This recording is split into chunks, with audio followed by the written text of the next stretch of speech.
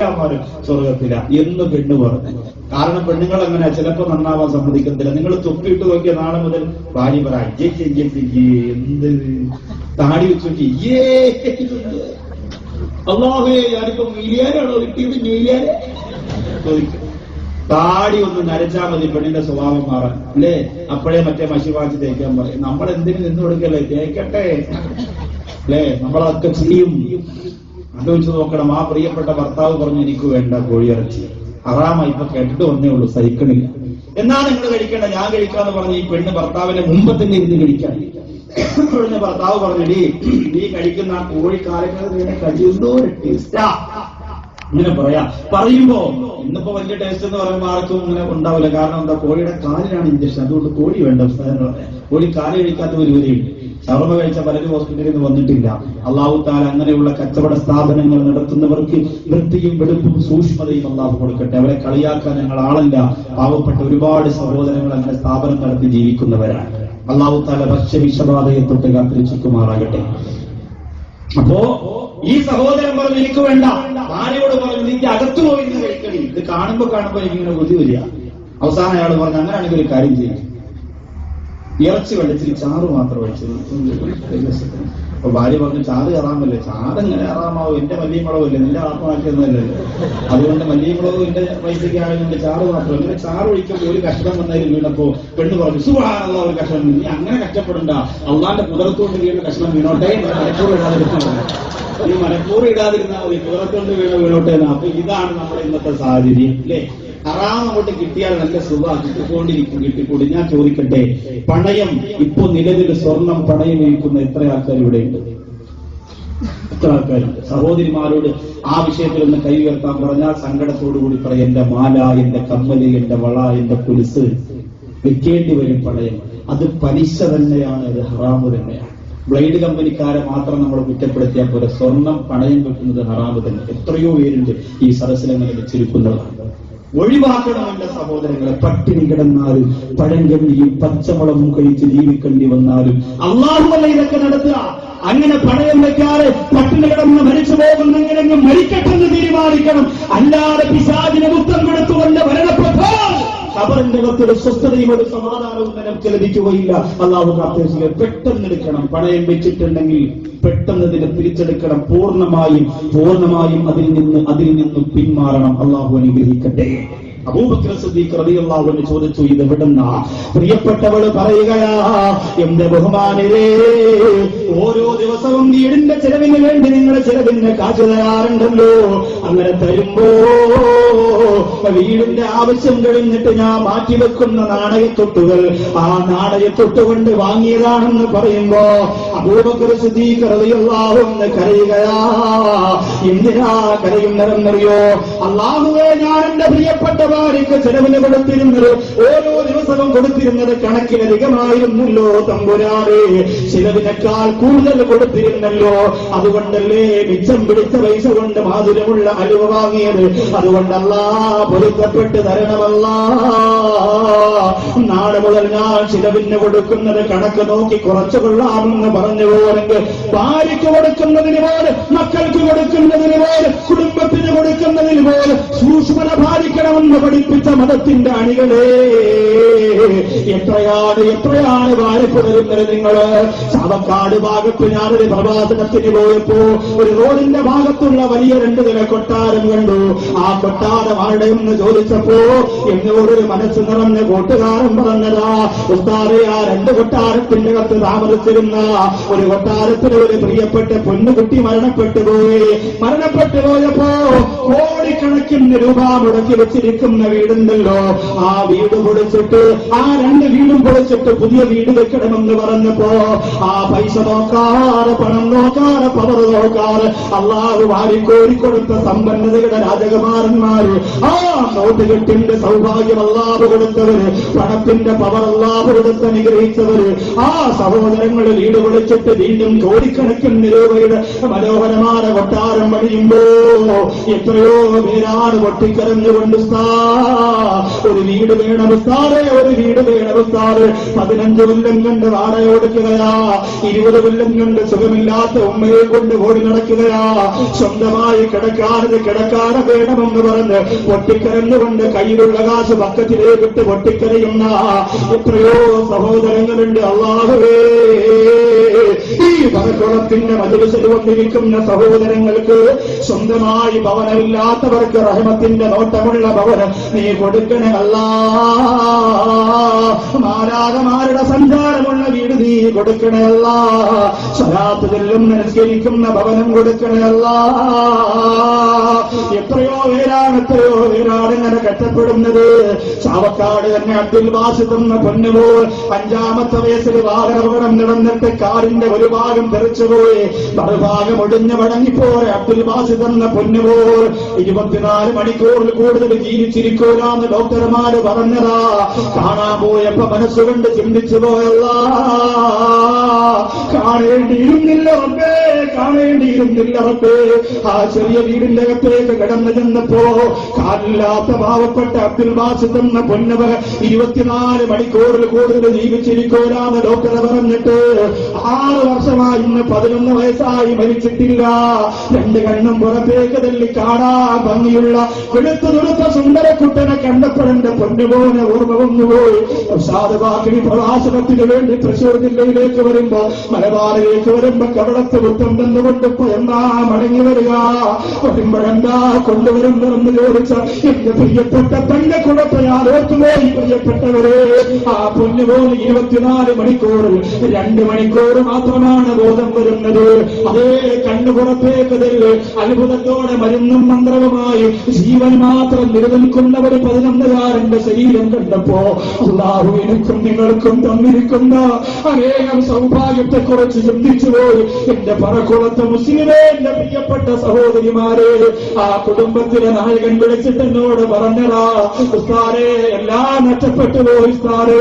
വീട് പോയി, കുടുംബം പോയി, വസ്തു പോയി, പണം പോയി, പവർ പോയി, പൊന്നുപോലെ ചികിത്സിച്ചുകൊണ്ട് സർവ്വതും നഷ്ടപ്പെട്ടിരിക്കുകയാ. അതുകൊണ്ട് ദുആ ചെയ്യണേന്, സാമ്പത്തിക ഭദ്രതയ്ക്ക് വേണ്ടി ദുആ ചെയ്യാൻ പറഞ്ഞ ആ പിതാവിന്റെ മുമ്പിൽ നമ്മളെത്രയോ ശൂന്യന്മാരാ. അല്ലാഹുവിടുന്ന പണം കൊണ്ട് കണ്ടുപിടിക്കുന്ന, കഞ്ചാവടിക്കുന്ന, പെണ്ണ് പിടിക്കുന്ന പാതിയോ സമയത്ത് ഒളിക്യാമറയിലൂടെ കിടക്കറയിലെ രഹസ്യങ്ങൾ ഒപ്പിയെടുത്തുകൊണ്ട് കൂട്ടുകാർക്ക് കച്ചവടം ചെയ്യുന്ന, മൊബൈലിലൂടെ കാമുകിമാരോട് മണിക്കൂറുകളോളം സംസാരിക്കുന്ന, പ്രിയപ്പെട്ട കാമുകിമാർക്ക് ചുണ്ടത്തിടാൻ ലിപ്റ്റിക്ക് വാങ്ങിക്കൊടുക്കുന്ന, മോഡൽ ചുരിദാർ വാങ്ങിക്കൊടുക്കുന്ന, ചെറുപ്പക്കാരന്റെ കൂടെ കാമുകിമാരുടെ കൂടെ കറങ്ങാനും രസിക്കാനും ചിരിക്കാനും ലഭിക്കാനും കളിക്കാനും ചിരിക്കാനുമില്ല ഒടിച്ചോട് നടക്കുന്ന യുവത്വമേ, എത്ര ലക്ഷക്കണക്കിന് രൂപയാണ് പാടിക്കളയുന്നത്, എത്ര നോട്ടുകെട്ടാ ഹറാമിന്റെ ചവറ്റുകുട്ടയിലേക്ക് വലിച്ചെറിയുന്നത്. ശരീഫെന്ന് പറയുന്ന പാവപ്പെട്ടവന്റെ വീട്ടിൽ പോയിരുന്നപ്പോ ഒരാഴ്ചയിൽ 7000 രൂപ വേണം ഉത്താറേ. 7000 രൂപ ഒരാഴ്ചയിൽ എന്റെ ചികിത്സയ്ക്ക് വേണ്ടി ചെലവാ. 20 ലക്ഷത്തിലധികം രൂപ ഈ കരാറ് വാദിച്ച് എനിക്കത് മാറ്റിവെക്കുന്നതിന് വേണ്ടി ചിലവാകുമ്പോ ഉസ്താദ് കണ്ണുനീരോടെ ദുആ ചെയ്യണേ എന്ന് പറഞ്ഞ ആ സഹോദരൻ ആഫിയത്ത് കൊടുക്കണേ അല്ലാഹ്. സങ്കടം വന്നു പോവുകയാണ്. നമ്മൾ ആലോചിക്കണം, 1 കോടി അൽഹംദുലില്ലാഹ് അല്ലാഹു പറഞ്ഞാലും അല്ലാഹു തന്ന ഈ ആരോഗ്യത്തിനും ഈ ആഫിയത്തിനും പകരമാവുകയില്ല. അല്ലാഹുവിന് കഴിയില്ലേ ഇങ്ങനെ ഇരിക്കുന്ന നമ്മളെ പെട്ടെന്ന് അടിച്ചൊതുക്കി വീടിന്റെ മൂലയ്ക്ക് നടക്കാൻ കഴിയാതെ കിടത്താനുള്ള പവർ നമ്മുടെ റബ്ബിനില്ലേ? നമ്മളൊക്കെ ഇങ്ങനെ അഭിമാനത്തോടുകൂടി ഇരിക്കല്ലേ? ഈ നമ്മളെ അടിച്ചൊതുക്കി വീടിന്റെ ഉള്ളറയിൽ ചലിക്കാൻ കഴിയാതെ കിടത്താനുള്ള പവർ അല്ലാഹുണ്ട്. ഒരിക്കലും നമ്മളത് മറന്നു പോകരുത്. സഹോദരിമാർക്ക് വളരെ ഗൗരവത്തോടെ ചിന്തിക്കേണ്ട കാര്യമാണ്. ഇൻഷാ അല്ലാഹ് ഇന്നത്തെ ബക്കറ്റിലേക്ക് നമ്മളെല്ലാവരും ചെറിയ സാധാരണ എന്റെ മജ്‌ലിസിൽ വരുമ്പോ ഒരു ദുആ പറഞ്ഞിട്ട് ഞാൻ ബക്കറ്റിലേക്ക് സുദഖയിടാറുണ്ട്. സുദഖയുടെ സഹോദരങ്ങളെ, ആ എടപ്പാട് ബാപ്പുവിനെ കൊണ്ട് അങ്ങനെ മനോഹരമായ കുറച്ച് പാട്ടുകൾ ഇൻഷാ അല്ലാഹ് പാടിപ്പിക്കാൻ തീരുമാനിച്ചു. നബിദിന സമയത്തൊക്കെ നമ്മുടെ ഭവനങ്ങളിലൊക്കെ നമ്മുടെ ഇൽമിന്റെ വേദികളിലൊക്കെ അൽഹംദുലില്ലാഹ് അങ്ങനെ ഒരു റാഹത്തായ രീതിയിൽ ഒരു വിപ്ലവം തന്നെ നടക്കട്ടെ. നല്ല സന്തോഷത്തോടു കൂടി അള്ളാഹു അനുഗ്രഹിക്കുമാറാകട്ടെ, അള്ളാഹു രക്ഷപ്പെടുത്തുമാറാകട്ടെ, അള്ളാഹു സഹായിക്കുമാറാകട്ടെ. അപ്പൊ അതുകൊണ്ട് എങ്കിലും അതിന്റെ ക്ഷീണമൊക്കെ മറന്ന് ഈ ഒരു ദിവസത്തെ പരിപാടിക്ക് വേണ്ടി പിന്നെ അനസെന്ന കൂട്ടുകാരനോടുള്ള സ്നേഹത്തിന്റെ പേരിലും ഷെരീഫ് എന്ന സഹോദരന്റെ അവസ്ഥ കണ്ടപ്പോൾ മനസ്സ് നൊന്നുപോയത് കൊണ്ടും ഇൻഷാ അല്ലാഹ് അതിന്റെ ആ കാര്യങ്ങളിലേക്ക് ഞാൻ കടന്നു എന്ന് മാത്രമേ ഉള്ളൂ. വിഷയത്തിലേക്ക് മടങ്ങി വരുന്നു. പ്രസംഗം തീരുന്നതിന് ഒരു 5 മിനിറ്റ് മുമ്പ് വളരെ പെട്ടെന്ന് അരമണിക്കൂറിനകത്ത് തന്നെ ഇൻഷാ അല്ലാഹ് നമുക്ക് ദുആ ചെയ്ത് പിരിയാം. എങ്കിലും ഒരു 5 മിനിറ്റ് ആ സമയത്ത് ഞാൻ സുറക്ക ചോദിക്കുക. അത് പറഞ്ഞുകൊണ്ട് ആരെയും പ്രേരിപ്പിക്കലൊന്നുമല്ല. താല്പര്യമുള്ളവർ ഇൻഷാ അല്ലാഹ് എഴുന്നേറ്റ് നിന്ന് ഉസ്താദ് എത്ര രൂപ ഞാൻ കൊടുത്തുകൊള്ളാം. സഹോദരിമാർ, ഉസ്താദെ എന്റെ കുടുംബത്തിന് അങ്ങനെ ഒരു വൈഷമ്യത വരാതിരിക്കാൻ വേണ്ടി ഞാനൊരു ചെറിയ സ്വർണത്തിന്റെ മുത്ത് തരാം, അല്ലെങ്കിൽ ഒരു കമ്മല് തരാം, നിർബന്ധിക്കൂല. ആ ഒരു രോഗിയായ സഹോദരനെ കണ്ടപ്പോ സങ്കടം വന്നതുകൊണ്ട് ആകാശം മുഴുവനും അങ്ങനെ തന്നെ ആ സഹോദരന്റെ ചികിത്സയ്ക്ക് വേണ്ടി കൊടുക്കാനുള്ളത് കൊണ്ട് ഒരാഴ്ചയിൽ 7000 രൂപ ഇപ്പൊ നടക്കുന്ന ചികിത്സയ്ക്ക് ആവശ്യമാണ്. അല്ലാഹു സുബ്ഹാനഹു വ തആല ആ സഹോദരനെ സഹായിക്കുന്നവർക്ക് വലിയ സാമ്പത്തിക നേട്ടം അല്ലാഹു കൊടുത്ത് അനുഗ്രഹിക്കുമാറാകട്ടെ. അപ്പോ സാമ്പത്തിക ഭദ്രതയാണ് പറഞ്ഞു വന്നത്. കുടുംബശ്രീയിൽ ഓണച്ചിട്ടി, അത്തച്ചിട്ടി എന്നൊക്കെ പറഞ്ഞ് കുറെ ചിട്ടികളുണ്ട്. സഹോദരിമാർക്ക് അതൊക്കെ വലിയ ഉത്സാഹമാണ് അതിലൊക്കെ പങ്കെടുക്കാൻ. കുടുംബശ്രീ നല്ലത് എന്ന കാര്യങ്ങളൊക്കെ നടക്കട്ടെ. നിങ്ങളെ പറഞ്ഞതിന്റെ പേര് നാളെ നിങ്ങൾ നിയമസഭയിൽ പോയി ഒപ്പനയും കൈകൊട്ടിക്കളി നടത്തിയതുപോലെ ഇവിടെ നിങ്ങൾ അത് നടത്തുമെന്ന് എനിക്കറിയാം. അതുകൊണ്ട് സ്ത്രീകളെ ഞാൻ അങ്ങനെ വിഷയിപ്പിക്കുന്നില്ല. പക്ഷേ ഞാൻ ഓർമ്മപ്പെടുത്തുകയാണ്, അവിടെയാണെങ്കിൽ പോലും ഹറാമ് തന്നെയാണ്. 10,000 രൂപ നിന്റെ ഭർത്താവിന് ആവശ്യമാണ്. കുടുംബശ്രീയിൽ നിന്ന് 10,000 രൂപ കടമെടുക്കുമ്പോ തിരിച്ച് 9,000 രൂപ നിനക്ക് തരും. 10,000 രൂപ തിരിച്ചടയ്ക്കണം. 1000 രൂപ പലിശയാണ്. ആ സാമ്പത്തിക സൂക്ഷ്മതയില്ലാത്ത പെണ്ണും തലമറിക്കുന്നതിൽ അർത്ഥമില്ല, തഴമ്പ് വരുന്നതിൽ അർത്ഥമില്ല, ഊർലിന്റെയും ലാമിയായുടെയും പർദ്ദ ധരിക്കുന്നതിൽ അർത്ഥമില്ല. എന്തുകൊണ്ട്? ഹറാമായ രീതിയിലൂടെ സാമ്പത്തികം നിന്റെ ജീവിതത്തിലൂടെ കടന്നു വന്നതുകൊണ്ടാ. അല്ലാഹു പടച്ചതമ്പുരാ കാത്തുരക്ഷിക്കട്ടെ. അടുത്ത സൂക്ഷ്മത ലൈംഗിക സൂക്ഷ്മതയാണ്. അല്ലാഹുവേ കരുണക്കടലായ നാഥാ, ലൈംഗിക സൂക്ഷ്മത പാലിക്കാനുള്ള മഹാഭാഗ്യം നിങ്ങൾക്ക് തരണേ അല്ലാ, തരണേ അല്ലാ. എത്ര ശ്രദ്ധിച്ചാലും സൂക്ഷിക്കാൻ കഴിയാത്ത ഒരു മേഖലയാണത്. എത്ര ശ്രദ്ധിച്ചാലും സൂക്ഷിക്കാൻ കഴിയാത്ത ഒരു മേഖലയാണ് ലൈംഗിക സൂക്ഷ്മത. ഒരു വിശ്വാസിയെ സംബന്ധിച്ചിടത്തോളം ഒരു വിശ്വാസിയെ സംബന്ധിച്ചിടത്തോളം നിർബന്ധമായി പാലിച്ചിരിക്കേണ്ടുന്ന സൂക്ഷ്മതയാണ്. എത്ര സുന്ദരി അവന്റെ മുമ്പിലൂടെ പോയാലും അല്ലാഹു പടച്ചതമ്പുരാനിൽ ലയിച്ചു തരുന്ന വിശ്വാസത്തെ ഉറപ്പിച്ചു നിർത്തിയിട്ട് അൽഹംദുലില്ലാഹ് കാത്തിച്ചു. പലർക്കും പ്രശ്നമാണ്. പലർക്കും, കെട്ടുകാർക്കും മട്ടുകാർക്കും അധികാരികൾക്കും അതുപോലെ തന്നെ പവറുള്ളവർക്കും ഒക്കെ പെണ്ണെന്ന് പറയുന്ന ഇത്തഖു ദുനിയ വത്തഖു നിസാ, തഖ്വ ഉണ്ടാകാൻ വേണ്ടി അല്ലാഹു സൂക്ഷിക്കാൻ പറഞ്ഞ പ്രധാനപ്പെട്ട 2 കാര്യം അല്ലാഹുവിന്റെ റസൂലിന്റെ നാവിൻ തുമ്പിലൂടെ. ഇത്തഖു ദുനിയ, ഒന്ന് ദുനിയാവിനെ സൂക്ഷിക്കുക. 2 തഖ്വ ഉണ്ടാകാൻ വേണ്ടി സൂക്ഷിക്കാൻ പറഞ്ഞത് വത്തഖു നിസാ, സ്ത്രീകളെ സൂക്ഷിക്കുക. സ്ത്രീകളെ സൂക്ഷിക്കുക. മറക്കുവാനാകില്ല, മരിക്കാനുമാവില്ല, സഖിനില്ലാതെ ജീവിതത്തിൽ. ഈ പാട്ടിങ്ങനെ പാടിയിട്ട് ഇതിങ്ങനെ മെസ്സേജ് അയച്ചു കൊടുത്തിട്ട് രാത്രി സമയത്ത് ഉറക്കമൊഴിഞ്ഞുകൊണ്ട് വിരിപ്പിനടിയിലൂടെ എന്റെ പ്രിയമുള്ളവരെ മെസ്സേജ് കൈമാറുന്ന എത്രയോ ആണും പെണ്ണും നെറുകെട്ടി ജീവിക്കുന്ന സഹോദരങ്ങളുണ്ട് നമ്മുടെ നാട്ടില്. അവർക്ക് അല്ലാഹു പടച്ചതമ്പുരാന്റെ മുന്നിൽ ഒരൽപ്പം പോലും ഉന്നതമായ വിജയത്തിന്റെ അവസ്ഥയിലേക്ക് എത്താൻ കഴിയുകയില്ല. ലൈംഗിക സൂക്ഷ്മത പൂർണ്ണമായും അല്ലാഹുവിന്റെ ഖുർആൻ പറഞ്ഞതാ. അല്ലാഹുവിന്റെ ഖുർആൻ പറഞ്ഞതാ. വിശ്വാസികൾ വിജയിച്ചവരാണെന്ന് പറഞ്ഞപ്പോ ആ വിജയികളുടെ അടയാളത്തെ കുറിച്ച് അല്ലാഹു പറഞ്ഞതാ.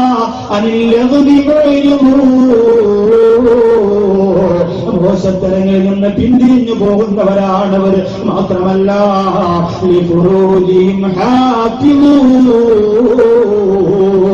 വിജയിച്ചു പോയ വിശ്വാസികൾ സ്വർഗം കണ്ടു മരിക്കുന്നവര് അസ്രായിൽ വരുന്ന ഭയന്ന് കുറയ്ക്കാതെ കിരുമ പറഞ്ഞ് മരണപ്പെടുന്നവരാരാ? അവരവരുടെ ഗുഹ്യാവയവങ്ങളെ സൂക്ഷിക്കുന്നവരാണ്. ആ സൂക്ഷ്മതയില്ലാതെ ചെറുപ്പക്കാരാ രക്ഷപ്പെടാൻ പറ്റില്ല. നൗസാരവാക്കവിടെ പോത്തവട്ടിച്ചവരാ, വൃക്ഷടിച്ചവരാ, പ്രസംഗത്തിന് പോയവരാ, ക്യാൻസർ രോഗിക്ക് സഹായം ചെയ്തവരാ. പക്ഷേ നിന്റെ മൊബൈലിന്റെ അകത്ത് നൂറുകണക്കാറ് പെൺകുട്ടികളുടെ ഫോട്ടോ ഉണ്ട്, നൂറുകണക്കാറ് പെണ്ണുങ്ങളുമായി നീ സല്ലപിക്കുന്നുണ്ട്. അള്ളാന്റെ ഹബീബിന്റെ പേര് പറഞ്ഞ് പാട്ടുപാടിയിട്ട് ആ ഫോൺ നമ്പറിലൂടെ വിളിക്കുമ്പോ പെൺകുട്ടികൾക്ക് അവസരം കൊടുക്കുന്ന എപ്പോഴോ ആത്മത്തിൽ അഭിനയിക്കുന്ന ആഭാസന്മാരുടെ മലബാറിന്റെ മുന്നിൽ പറയാൻ ഉസാറുവാക്കരിക്ക് മടിയില്ല.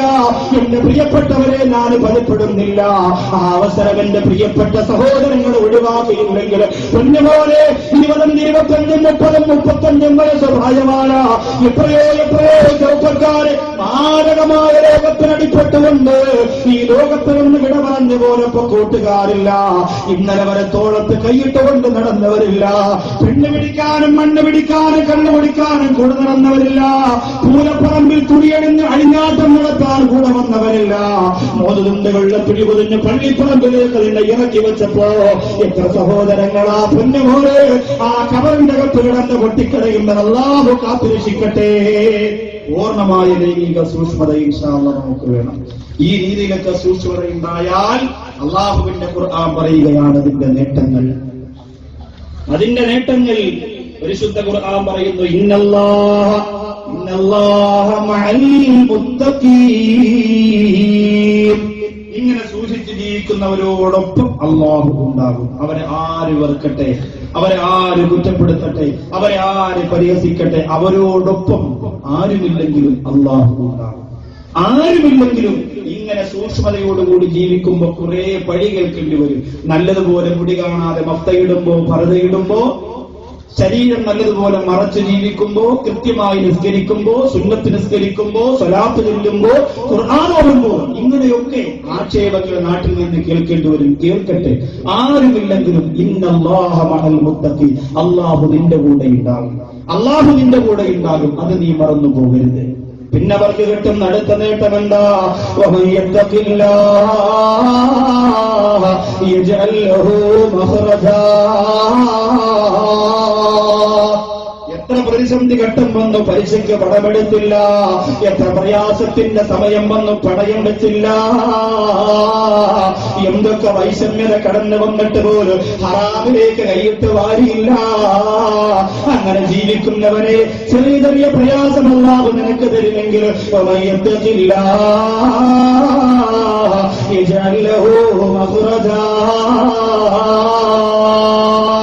അങ്ങനെ നീ സൂക്ഷ്മതയോടുകൂടി ജീവിച്ചാൽ നിനക്ക് എളുപ്പമാക്കി തരും അല്ലാഹു നിന്റെ വഴിയെ.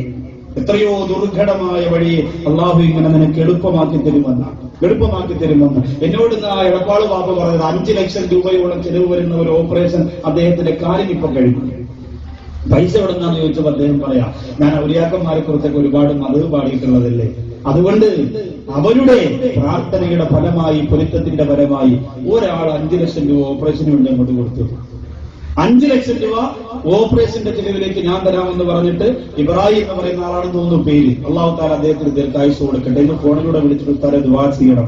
അള്ളാഹു ആണ് എന്നെ അദ്ദേഹത്തിന്റെ അടുത്തെത്തിച്ച് എനിക്ക് ആ ഭാഗ്യം കിട്ടുന്ന പറയാം. ഒരു സാധുവായ സഹോദരന്റെ കാലിന്റെ ഓപ്പറേഷൻ നടത്തി കൊടുക്കാൻ ആ പൈസ കൊടുത്തപ്പോ കിട്ടിയ ആള് പറഞ്ഞതെന്താ? അള്ളാഹു സുബ്ഹാനഹു വ തആല അള്ളാഹുവിന്റെ ഔലിയാക്കന്മാരെ കുറിച്ച് പറഞ്ഞിരിക്കുന്നുണ്ട്. പടച്ചവൻ എങ്ങനെ ചിലർക്ക് പെട്ടെന്ന് വഴികളെ ഇങ്ങനെ എളുപ്പമാക്കി കൊടുക്കും. വിശാലമായ രീതിയിലൂടെ അള്ളാഹു ഇങ്ങനെ ഇങ്ങനെ അവന്റെ വഴിയെ അള്ളാഹു തുറന്നു കൊടുക്കും, തുറസ്സമാക്കി കൊടുക്കും. സഹോദരങ്ങൾ, എത്രയോ സംഭവങ്ങളുണ്ട്. എത്രയോ മലമറിച്ചു പോകുന്ന പ്രയാസങ്ങളെ, പ്രശ്നങ്ങളെ നിസ്സാര സമയം കൊണ്ട് അള്ളാഹു സുബ്ഹാനഹു വ തആല മാറ്റിക്കൊടുത്തിട്ടുണ്ട്. എന്തുകൊണ്ട്? ആ സൂക്ഷ്മതയോടുകൂടി ജീവിക്കണം. അവസാന സമയം വരെ ഒരു ഹറാമ കടന്നു വരാതെ അള്ളാഹിന്റെ പൊരുത്തക്കേട് സമ്പാദിക്കാത്ത ജീവിതം. ഇപ്പൊ അബുദാബിയിൽ നിന്ന് 4 ദിവസം മുമ്പ് ഒരു സഹോദരി വിളിച്ചു. എന്റെ അനുജന്റെ ഫോൺ നമ്പർ, അവന്റെ നമ്പർ എല്ലാവർക്കും കൊടുത്തിരിക്കുന്നത്.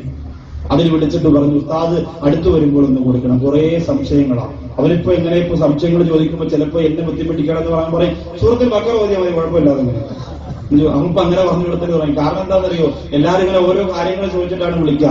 അപ്പൊ അബുദാബിയിൽ നിന്ന് ഒരു സഹോദരി വിളിച്ചിട്ട് പറയുകയാണ്, 37 വയസ്സുണ്ട്, കഴിഞ്ഞ 2 മാസമായിട്ടാണ് അവർ നിസ്കാരം തുടങ്ങിയത്. അവർ പറയുന്നു 37 വയസ്സിനിടയിൽ ഒരു സുജൂദ് പോലും ഉസ്താദേ ഞാൻ എന്റെ പടച്ചോനെ ചെയ്തിട്ടില്ല, എന്റെ മക്കളും ചെയ്തിട്ടില്ല, എന്റെ ഭർത്താവും ചെയ്തിട്ടില്ല. കരഞ്ഞുകൊണ്ട് പറയാം, ഞാൻ എന്ത് ചെയ്യും? ഒരുപാട് ഹറാമായ ബന്ധങ്ങൾ, സാമ്പത്തിക ബന്ധങ്ങളൊക്കെ നമുക്ക് ദുബായിൽ അബുദാബിയിൽ വന്നുപോയി. ഇതിനൊക്കെ എങ്ങനെ പരിഹാരം ഉണ്ടാക്കണം? പ്രഭാഷണത്തിന്റെ കാസറ്റ് വീട്ടിൽ വാങ്ങിച്ചു കൊണ്ടുവന്ന് കേട്ട് മനസ്സിന്റെ ഒരു മാറ്റം വന്നു. ഇന്ന് എന്റെ വീട്ടിൽ മക്കൾ ഖുർആൻ പഠിക്കുന്നു. അവരോടൊപ്പം ഇരുന്ന് ഉസ്താദിന്റെ മുമ്പിൽ ഇരുന്നുകൊണ്ട് ഞാനും ഖുർആൻ ഓതി തുടങ്ങി. ഞാൻ നിസ്കരിക്കുന്നു. ആദ്യമായി സുജൂദ് ചെയ്തപ്പോൾ എനിക്ക് വല്ലാതെ കരച്ചിൽ വന്നുപോയി എന്ന് 37 വയസ്സുവരെ ജീവിച്ച ഒരു പെൺകുട്ടി പറഞ്ഞു പോരെങ്കിൽ എന്തുകൊണ്ടാ പ്രിയമുള്ളവരെ? ആരുടെയും സർട്ടിഫിക്കറ്റ് വേണ്ട. ഈ പാവപ്പെട്ടവന് ഇങ്ങനെ ഒരു മാറ്റമുണ്ടാകുന്ന നൂറുകണക്കാരെ സഹോദരങ്ങളുടെയും സഹോദരിമാരുടെയും പ്രാർത്ഥന മതി പ്രിയപ്പെട്ടവരെ. ആ പ്രാർത്ഥന മതി. അള്ളാഹു അതുകൊണ്ട് തന്നെയാണ് ഉന്നതമായ പടവുകളിലേക്ക് കയറാനുള്ള ഭാഗ്യം അള്ളാഹു തരിക. 4 ദിവസം ആരിക്കുട്ടി ഉസ്താദിന്റെ കൂടെ റൂമിനകത്ത് അജ്മീരിൽ കിടന്നപ്പോൾ എന്തൊക്കെ ഇൽമുകളാണെന്നറിയോ? എന്തൊക്കെ ഇൽമുകളാ പറഞ്ഞത്. ഞാൻ അവിടെ ഇരുന്നുകൊണ്ട് കാളമ്പാടി സ്ഥാനെ കുറച്ച് വരികൾ എഴുതിയിട്ട് പാടിക്കൊടുത്തു. കരഞ്ഞുകൊണ്ട് പറയാൻ, അവരുടെയൊക്കെ മുന്നിലേക്ക് എത്താൻ, അവരൊക്കെ സഞ്ചരിച്ച വഴിയിലൂടെ സഞ്ചരിക്കാനുള്ള യോഗ്യത പോലും നമുക്കില്ലാത്ത സങ്കടത്തോടുകൂടി പറയുമ്പോൾ, എന്റെ പ്രിയമുള്ളവരെ, അള്ളാഹുവിനെ സൂക്ഷിച്ച് ജീവിച്ചാൽ ഇത് അള്ളാഹുവിന്റെ ഖുർആൻ പറഞ്ഞതാണ്. വഴി അള്ളാഹു നമുക്ക് എളുപ്പമാക്കി തരും. സകല പ്രയാസങ്ങളും പ്രതിസന്ധി ഘട്ടങ്ങളും മലമറിഞ്ഞു പോകുന്ന പ്രശ്നങ്ങളും നിയന്ത്രിക്കാൻ നിസ്സാര സമയം കൊണ്ട് അൽഹംദുലില്ലാഹ് നമുക്ക് സാധിക്കുന്നതാ. തീർന്നില്ല, വീണ്ടും ഖുർആൻ പറയുകയാ, വയർസുഖുഹു മിൻ ഹൈസു ലാ യഹ്തസിബ്. നിലച്ചിരിക്കാത്ത ഭാഗത്തോടെ അള്ളാഹു നമുക്ക് ഭക്ഷണം തരുന്നതാ. നമ്മുടെ കുടുംബം പട്ടിണി കിടക്കേണ്ടി വരൂല, നമ്മുടെ കുടുംബം കഷ്ടപ്പെടേണ്ടി വരൂല. വേറൊരാളുടെ വീടിന് മുമ്പ് പോയിട്ട് സാമ്പത്തികത്തിന് വേണ്ടി കൈനീട്ടി യാചിക്കുന്ന ഗതികേട് അള്ളാഹു സൂക്ഷ്മതയോടെ ജീവിക്കുന്നവന് കൊടുക്കൂല. അത് മറക്കണ്ട പ്രിയപ്പെട്ടവരെ, മറക്കണ്ട. ആ സൂക്ഷ്മത കൈവരിക്കാനുള്ള മഹാഭാഗ്യം അള്ളാഹു നമുക്ക് തരട്ടെ. അതിലൂടെ ജീവിക്കാനുള്ള ഉന്നതമായ പവർ അള്ളാഹു നമുക്ക് തന്നെ അനുഗ്രഹിക്കട്ടെ. ആ സൂക്ഷ്മത നമ്മുടെ മനസ്സിൽ വരാതിരിക്കാൻ വേണ്ടി അള്ളാഹു പടച്ചതമ്പുരാൻ പരീക്ഷണത്തിന് വേണ്ടി പടച്ചിരിക്കുന്ന വസ്തുവാണ് ശപിക്കപ്പെട്ടവനാണ് പിശാച്. അതുകൊണ്ട് അവനെ സൂക്ഷിച്ചില്ലാരെങ്കിൽ ഈ പറഞ്ഞ രീതിയിലുള്ള സൂക്ഷ്മത നമുക്ക് കൈവരുകയില്ല. അലം അഅ്ഹദിലൈക്കും യാ ബനീ ആദമ അല്ലാ തഅബുദു ശൈത്വാൻ ഇന്നഹു ലക്കും അദുവ്വുൻ മുബീൻ. അല്ലാഹുവിന്റെ പരിശുദ്ധ ഖുർആനിന്റെ സൂറത്ത് യാസീൻ പറയുകയാ, പിശാചിനെ ആരാധിക്കാൻ നിങ്ങളോട് പറഞ്ഞിട്ടില്ല.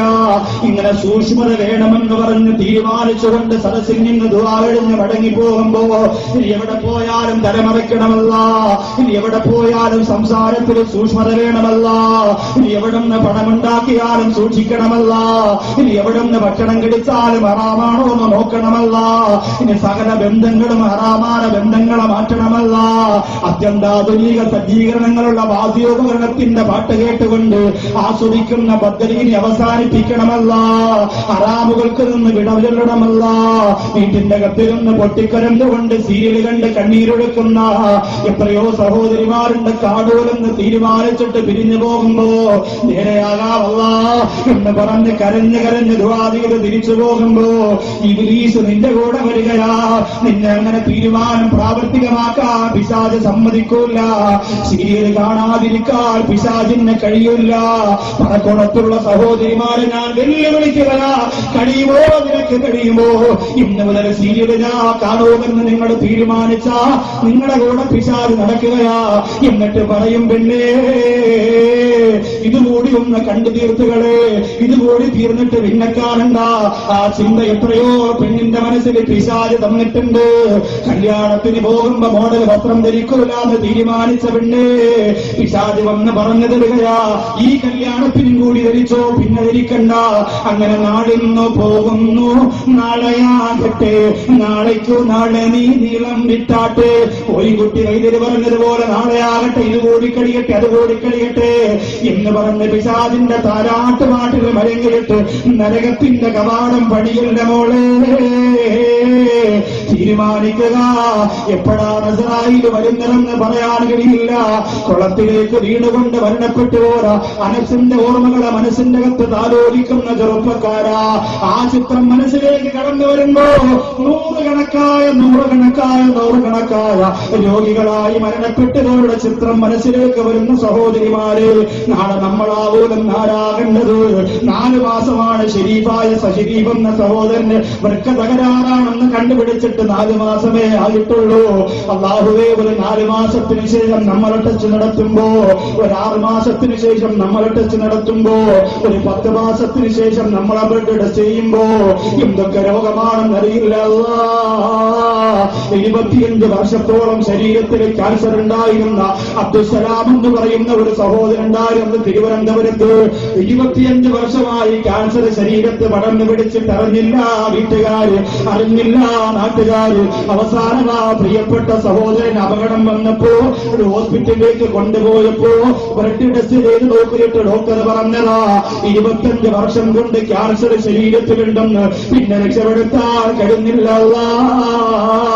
പടച്ചവരെ, ഞാനിത് പറയുമ്പോ മുസ്തഫ എന്ന് പറയുന്ന എന്റെ പ്രഭാഷണം ഏറെ ഇഷ്ടപ്പെടുന്ന ആ രോഗത്തിന് അഡിക്റ്റായി പോയ ഒരു പാവപ്പെട്ട സഹോദരനുണ്ട്. അൽഹംദുലില്ലാ, ഇപ്പൊ സന്തോഷമാണ്, സമാധാനമാണ്, ആരോഗ്യമാണ്, ആഫിയത്താണ്.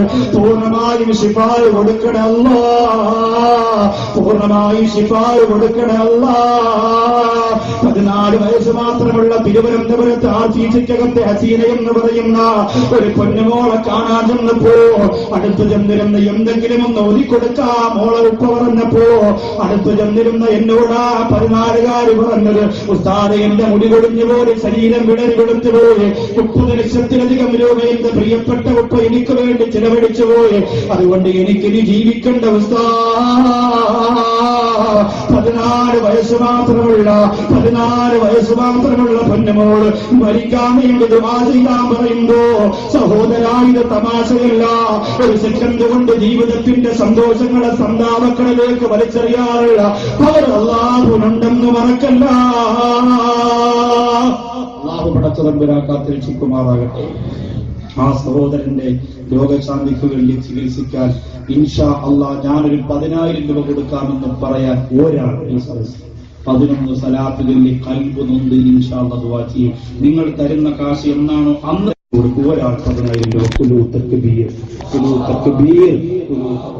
സല്ലല്ലാഹു അലാ